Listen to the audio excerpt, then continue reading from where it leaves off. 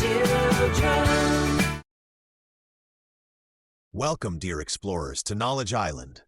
Today I want to show you a fact that can surprise even people who love maps and long trips, because the largest desert in the world does not look the way many people imagine. Together, we will see why a place full of sand and sun does not always win, and what really decides whether an area is called a desert.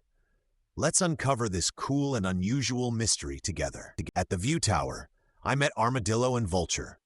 Armadillo said that the Sahara must be the largest desert because if there is sand everywhere, then sand should count twice and give it first place on Earth right away. Vulture thought cold places cannot be deserts because if something is covered with snow, it looks more like a giant freezer than empty land, so Antarctica must be out. Their ideas made me smile, so I explained that a desert is not judged by the color of the ground or by heat, but by very little rainfall. That is why Antarctica is the largest desert in the world, and the Sahara is the largest hot desert. At the Time Lighthouse, I met Rhino and Turtle. Rhino said that when he compared huge areas on maps, he was sure for a long time that the Sahara had no rival, but he changed his mind after seeing how much space Antarctica covers. Turtle added that when he checked how scientists recognize deserts, he learned that many parts of Antarctica get very little precipitation. So even with ice and freezing temperatures, the land still fits the definition of a desert. I summed it up by saying their examples show very well that a desert does not have to be hot or sandy, because dryness is what matters most.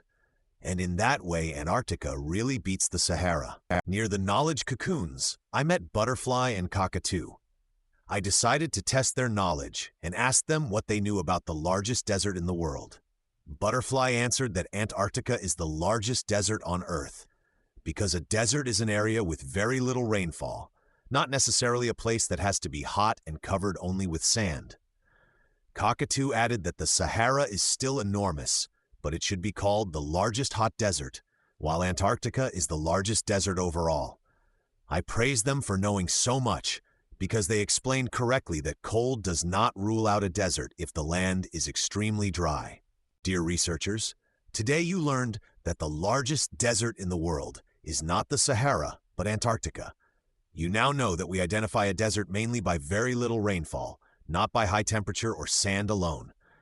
This helps us understand that our planet can surprise us even where our intuition tells us something else. See you on the next fascinating trip around Knowledge Island.